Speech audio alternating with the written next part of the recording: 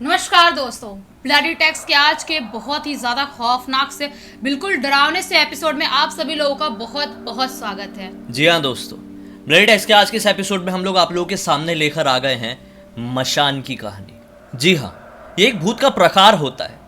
इसे कैसे बचा जाए, ये कैसे दिखाई देते हैं, ये कैसे होते हैं, कहाँ मिलते हैं, सब कुछ आप लोगों को इस कहानी के दौरान पता चलेगा।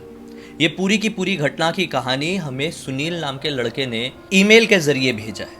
तो आइए शुरुआत करते हैं इस कहानी की और चलते हैं आज से लगभग 3 साल पहले, उस टाइम पर जब लॉकडाउन जैसी चीज का कोई नामो निशान इस दुनिया में था ही नहीं। ये लोग छत्तीसगढ़ के एक बहुत ही छोटे गांव के रहने वाले थे। यहाँ पर ये लोग अपनी जिंदगी में सब कुछ अच्छा कर रहे थे, खुश थे। सुनील के 2 बहुत ही अच्छे दोस्त थे। एक का नाम था गौतम और दूसरे का नाम था कबीर। कबीर और गौतम एक दूसरे के भाई थे, कजिन्स थे। ये तीनों जो थे ना, ये हमेशा मिलजुल के अपने गांव से दूर दूर घूमने जाते थे। सुनील के पास बाइक थी, एक स्कूटी, मतलब स्कूटी में सवार होते शाम के टाइम और निकल जाते और रात में 7 साढ़े 7 बजे के आसपास अपने घर पर पहुंच जाते। ऐसी इनकी दिनचर्या चल रही थी। अब आ गया सितंबर का महीना। उस महीने के पास जो महीना गणपति का महीना होता है, गणपति जी इनके गांव में भी बैठे और इनके बाजू वाले गांव में भी गणपति बैठे। तो जो बाजू वाले गांव में गणपति बैठे थे ना, वहां पे बहुत अच्छे अच्छे समारोह हो रहे थे, दिन में भी रात में भी, यानी बहुत अच्छे सेलिब्रेशन कर रहे थे। इनका गांव थोड़ा छोटा था तो यहाँ पर करते थे, ऐसा नहीं है, लेकिन इतना अच्छा, इतना भव्य नहीं कर रहे थे। हाँ। अच्छा और खराब कहना गलत होगा, इतना भव्य नहीं कर रहे। हाँ, भव्य मतलब जहाँ पे जितना बजट रहेगा उस हिसाब से लोग करते हैं। तो जो बाजू वाला गांव था ना, वहां पे होता था एक नाइट शो। इन लोगों को बहुत टाइम से ये बात पता थी, बचपन से, कि बाजू वाले गांव में जो गणपति बैठते हैं वहां पे बहुत ही बेहतरीन नाइट शो होता है। लेकिन ये लोग छोटे थे भाई, अभी तक बहुत ही छोटे थे। अब ये क्लास 10th में पहुंचे थे इस साल 2019 में। तो अभी तक इनको जाने का मौका नहीं मिला था, क्योंकि नाइट शो तो रात में ही होता था। इन लोगों को मौका नहीं मिला था। अब इन लोगों को फाइनली मौका मिल गया। इन लोगों ने डिसाइड कर लिया कि अब जाना है। ये लोग अपने अपने घर पे बात करते हैं, पेरेंट्स लोग तैयार हो जाते हैं। सुनील की मम्मी क्या कहती है कि देख बेटा, तू जा रहा है अपने दोस्तों के साथ, जा, हमें कोई प्रॉब्लम नहीं है, लेकिन एक चीज ध्यान रखना, रात में जब लौट रहे होंगे तो ध्यान रहे कि लौटते समय 12 नहीं बज रहे हो और ना ही 2 बज रहे हो। ये दोनों समय के बीच के अलावा तू कभी भी आ रहा है तो हमें कोई प्रॉब्लम नहीं है। रात के 12 बजे और रात के 2 बजे तुझे लौटना नहीं है। अब इसके पीछे एक कारण था। कारण ये था कि इस रास्ते में, मतलब जिस रास्ते से उनको गुजरना था, जिस रास्ते से गुजर के उनको दूसरे गांव में जाना था, उस रास्ते में एक नदी पड़ती थी। ये नदी के बारे में लोगों की अलग अलग राय थी, बड़ी ही अजीबोगरीब। लोगों का यह कहना था कि ये नदी भूतिया है। रात के 12 बजे और रात के 2 बजे डेली जब भी वहां से कोई गुजरता है, उसकी मृत्यु होना निश्चित हो जाती है। और अगर किसी की मृत्यु नहीं हुई तो पूरी तरह से अपना दिमागी संतुलन खो देता है और वो बताने काबिल ही नहीं बचता है कि उसके साथ ऐसा क्या घट गया था जो उसके दिमाग के साथ ऐसा कुछ हो गया। ठीक है, लेकिन ये थे आज के जमाने के लड़के। ये सारी चीजों पर विश्वास नहीं करते थे, बस ऐसे ही इग्नोर करते थे। भगवान के ऊपर विश्वास था, लेकिन शैतान के ऊपर विश्वास नहीं था। हाँ, बहुत लोग होते हैं जो भूत प्रेत पे बिल्कुल भी विश्वास नहीं करते। उनको लगता है कि ये सब फालतू चीजें, ये सब दुनिया में होती ही नहीं है। हाँ, तो बस इन लोगों ने फिर भी अपनी मम्मी को मनाने के लिए हाँ हाँ कर दिए। सुनील की स्कूटी स्टार्ट किए, तीनों बढ़िया सवार हुए और निकल गए जंगल वाले रास्ते में। घना जंगल था, कोहरा भी हल्का हल्का स्टार्ट हो चुका था, सितंबर का महीना था, तो सब कुछ अच्छे से ही चल रहा था। ये लोग रात के 8 बजे के आसपास उस दूसरे गांव के नाइट शो में पहुंच जाते हैं। नाइट शो बड़े अच्छे से चलता है, बहुत अच्छे से, और पता ही नहीं चलता है कि रात के 1:30 बज जाते हैं। रात के 1:30 कैसे बज गए? इन लोगों ने नाइट शो को अटेंड किए और इस गांव में इनका एक बचपन का दोस्त भी रहता था। उससे मिले, बातचीत, गप्पे शप्पे लड़ाते हुए रात के 1:30 कब बज गए पता ही नहीं चला। अब इन लोगों ने बोले यार बहुत रात हो गई, अब निकलना चाहिए। ये लोग निकलने लगे। अब जहां पे ये लोग थे वहां से इनका घर लगभग 7 से 8 किलोमीटर की दूरी पर था। अब इन लोग लौटने लगे। लौटते लौटते ना जाने कैसे रास्ते में इनकी गाड़ी बंद पड़ गई। ये जगह वो नदी वाली जगह नहीं थी, बल्कि ये लोग उस गांव से थोड़ा आगे ही निकले थे। जंगल लगा ही था कि इनकी गाड़ी बंद पड़ गई। ये लोग उतरे और गाड़ी की सर्विसिंग वगैरह तो सब अच्छे से थी, लेकिन चालू करने की कोशिश करने लगे, चालू नहीं हो रही थी। इनको समझ में नहीं आया क्या प्रॉब्लम है। गाड़ी चालू हुई लगभग 20 मिनट बाद, और अब वक्त हो चुका था 1:55 का। ये तीनों बाइक में बैठे आगे बढ़ने लगे। कुछ ही देर बाद वो नदी वाला एरिया स्टार्ट हो गया। इन्हें 200 मीटर की दूरी से वो दिखने लगा था कि नदी वाला स्टार्ट हो गया है। लेकिन अचानक से इसकी जो बाइक थी, उसकी जो हेडलाइट थी वो बंद पड़ गई। इनको समझ में नहीं आया कि ये कैसे हो गया। अभी गाड़ी अच्छे से चल रही थी, फिर बंद पड़ गई थी।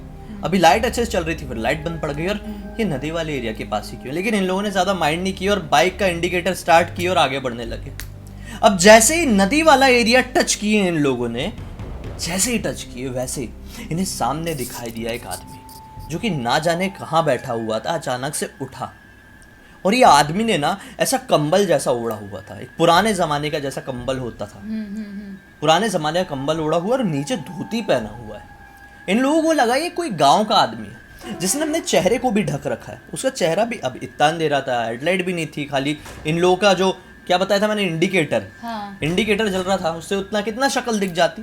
इन लोगों ने सोचा कि कोई गांव वाला होगा जो कि हमारी तरह ही अपना घर लौट रहा होगा गणपति के दर्शन करके। ये लोग अपनी गाड़ी आगे बढ़ाने लगे। जैसे उस आदमी तक पहुंचे, थोड़ी ही दूरी पर रहा होगा वो आदमी पीछे पलटा और इनको हाथ देकर रोकने लगा।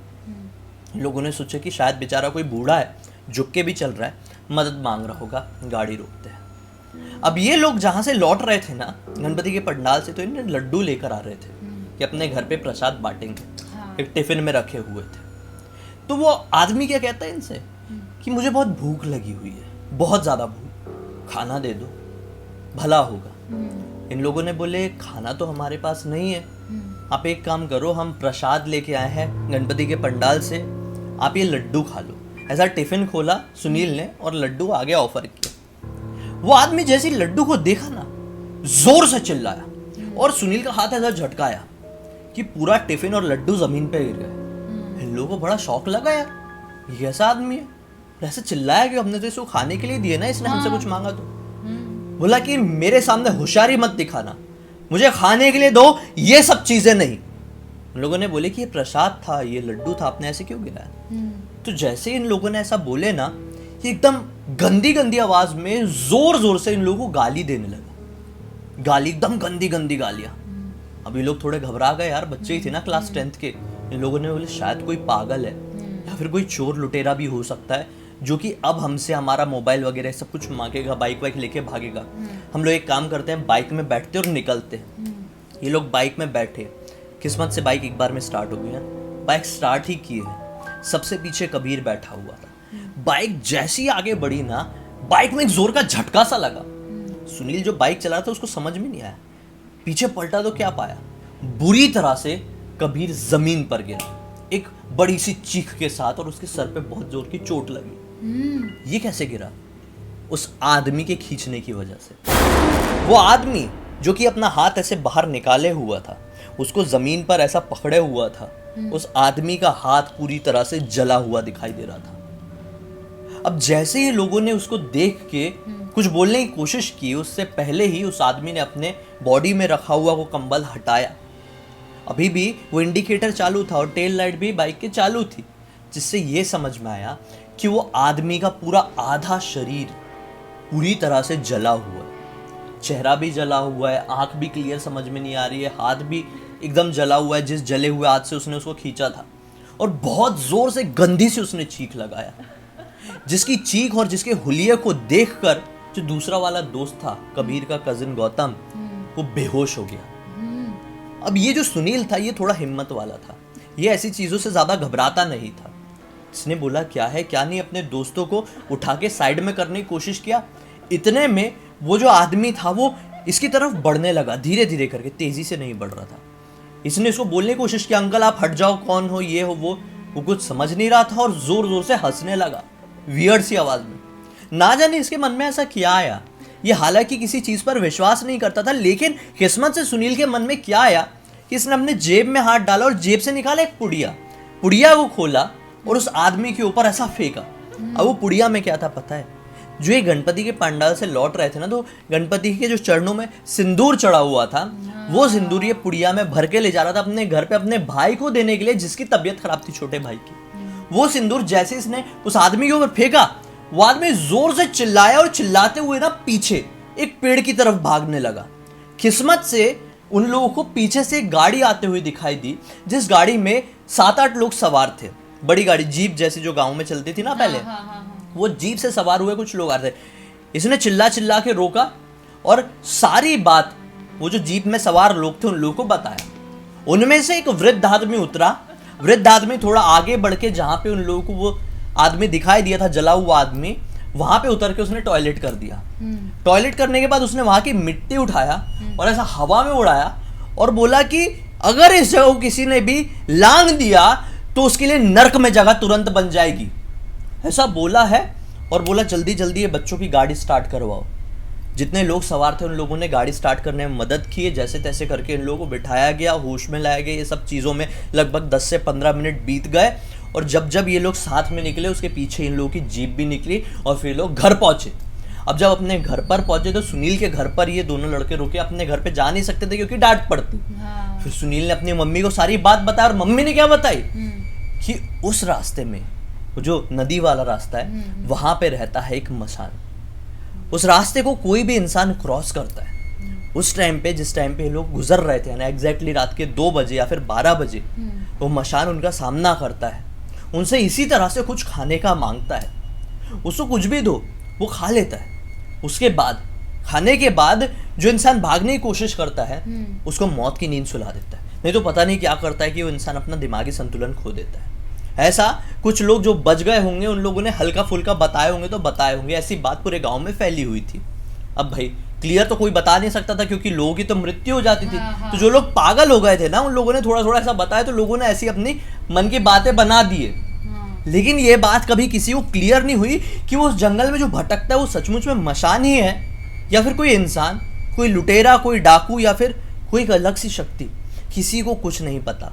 लेकिन पूरे गांव में आज भी ये लोग मानते हैं कि उस नदी को क्रॉस नहीं करना है। और जो लोग नहीं मानते थे, ये तीनों लड़के, अब वो भी अपने घर से निकलने से कतराने लगे। आज भी बाहर निकलते हैं तो सूर्यास्त होने से पहले ही अपने घर वापस लौट जाते हैं। ये थी कहानी भाई। तो मशान एक ऐसी शक्ति होती है जो आपके सामने आएगी, आपसे कुछ मांगेगी खाने का और इसको खाने का मत देना। अगर आपने खाने का दे दी तो आप गए, आपको फिर मशान पीड़ा शुरू हो जाएगी। और मशान पीड़ा से बचने के बहुत बड़े बड़े नियम कानून और बहुत खतरनाक चीज़ होती है जहाँ पे हम घुसेंगे नहीं। अगर आप लोग चाहते हैं तो इसका पर्टिकुलर एक वीडियो बना देगी कि मशान पीड़ा से कैसे बचना है, इसको कैसे समझना है, इसको कैसे संभालना है। तो अभी के लिए इतना काफ़ी है जिसकी आपको जानकारी दी है। और ये कहानी तो भाई बहुत ही ज़्यादा इंटरेस्टिंग लगी हमें और डरावनी भी थी साथ ही साथ। जो लोग विश्वास नहीं करते इन सब चीज़ों पे, उनको अब विश्वास हो गया होगा कि हाँ ऐसी चीजें होती हैं दुनिया में। आप मानोगे तो होती है, नहीं मानोगे तो नहीं होती है। सही बात है दोस्तों। इसलिए इस वीडियो को एंजॉय किया, अलग जानकारी मिले तो लाइक जरूर कर देना। चैनल को सब्सक्राइब करके बेल आइकन दबा के ऑल के ऑप्शन में क्लिक करना, क्योंकि इसी तरह के हैरान कर देने वाले खौफनाक वीडियोस डेली आप लोगों के सामने लेके आते रहते हैं। इनसा की लिंक इस वीडियो के डिस्क्रिप्शन बॉक्स में मिल जाए, क्लिक करके डायरेक्टली वहां पर पहुंच जाना। और इसी तरह की कोई भी कहानी या टॉपिक है तो लिख भेजना। हो सकता है हमारा अगला वीडियो आप लोगों की कहानी या टॉपिक के साथ ही बन रहा हो। चलिए कल फिर से मिलते हैं, तब तक के लिए बहुत बहुत धन्यवाद। आपका दिन शुभ।